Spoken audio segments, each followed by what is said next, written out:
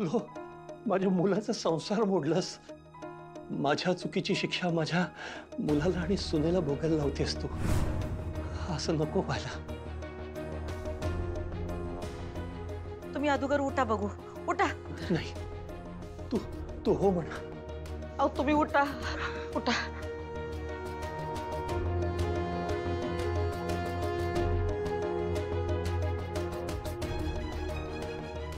रडवलत ना हो तुम्ही आम्हाला. तू तर या घरात आल्यापासून रडवतेस मला. अहो पण आमच्या रडण्यात प्रेम आहे. आणि माझ्या रडण्यात जाऊ दे. हे बघ, मी तुझ्याशी जे काही वागलो माझी चूक झाली. माझं सगळं चुकत आलंय आजपर्यंत. आणि खूप उशीर होण्याआधी मला माझी चूक निस्तरायची आहे. माझं घर मोडकळीला आलंय. मला ते उभं करायचंय. आणि ते तुझ्या मर्जीशिवाय शक्य नाही. म्हणजे जे काही आतापर्यंत झालं ते आपण विसरून जाऊया. काही चुका तुझ्या झाल्या असतील, काही माझ्या झाल्या असतील, माझ्या जास्त झाल्या असतील, ते सगळं आपण सोडून देऊया. हां, काय आपण ते उगाळत बसलो तर हा गुंता कधीच सुटणार नाही. मी मान्य करतो, मी हारलो. तू जिंकलीस, मी हारलो. माझं शिक्षण, माझे संस्कार सगळे तुझ्या पुढे हारले. तुझ्या समोर मी हातबल आहे. तुझी बुद्धी, तुझी अक्कल सगळं जिंकलं. तू माझ्या मुलावर जे करतेस त्याला तू माया म्हणतेस, मी त्याला जादू म्हणतो. जे असेल ते असेल, आपण ते सगळं सोडूया.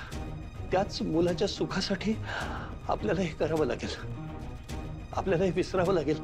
त्याग करावा लागेल आपल्याला. मी तयार आहे.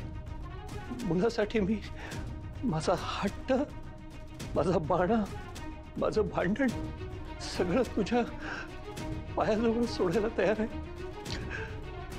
तू मोठ्या मनानं एक गोष्ट करशील, माझ्याशी लग्न करशील.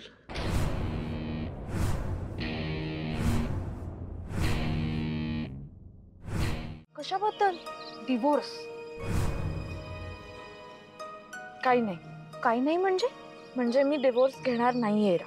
अगं ताई, त्यांना तू नकोयस. बर म्हणजे मग काय बोलू? अगं ताई, त्यांनी तुला नोटीस पाठवली आहे. आणि भुवनेश्वरी मॅडमचं सोड, अधिपतींनाच तू नकोयस. कसं आहे, त्यांना तू शिकलेली आहेस ना, ते नकोय. ते अडाणी आहेत ना, त्यांना तू डोळी जडत होती. बघ इरा, ते तुझे जिजू आहेत, त्यांना अडाणी वगैरे म्हणू नकोस. जिजू?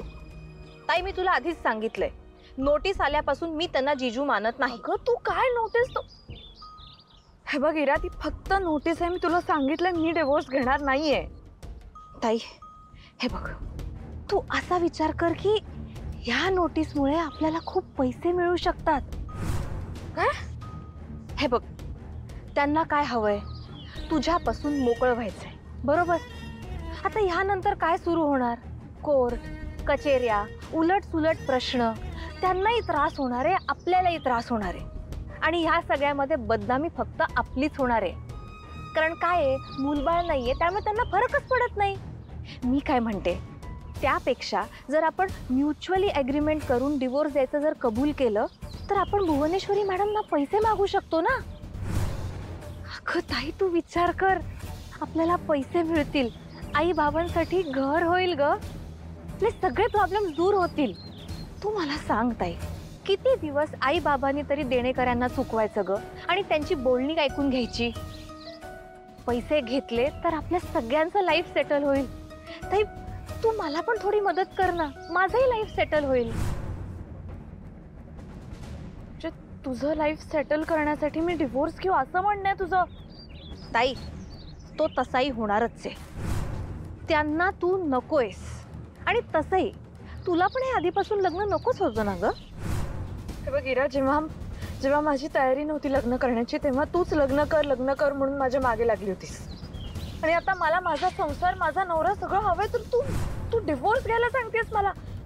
का तुझं लाईफ सेटल व्हावं म्हणून. ताई, तुला ना व्यवहारातली अक्कलच नाहीये. तुला काहीच कसं कळत नाही ग. जरा स्वतःचा स्वार्थ बघून तरी वागायला शिक कधीतरी. ताई, त्यांना तुझ्यापासून वेगळं व्हायचंय आणि त्याचीच फक्त आपण किंमत मागतोय. आपण काही चुकीचं करत नाही आहोत ताई. इथे कुणाचीच फसवणूक करत नाही आहोत. तुला कळत का नाहीये ताई? त्यांची सुटका होईल आणि आपला फायदा होईल. अगं विन विन सिच्युएशन आहे ताई. हे बघ इरा, मी तुला शेवटचं सांगते आता. तू तुझा संसार नेटाने कर. माझ्या संसारात लक्ष घालू नकोस. आयुष्यभर ज्या क्षणाची वाट बघितली आम्ही, तो क्षण असा समोर आलाय. मनातनं उकळ्या फुटल्या पाहिजेत, पण तसलं काय भिवत नाहीये आम्हाला. का नाही, आमच्या आनंदापेक्षा तुमची ही जी काय अवस्था झाली का नाही, त्याचं वाईट वाटतंय हो. कायम स्वतःच्या धुंदीत राहणारा माणूस असा गुडघ्यावर आलेला नाही बघवत आम्हाला, नाही बघवत.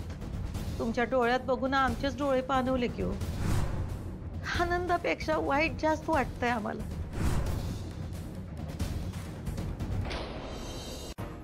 मला तू आजपर्यंत कधी कळली नाहीस आणि कदाचित तिथून पुढच्या 7 जन्मात सुद्धा कळणार नाहीस.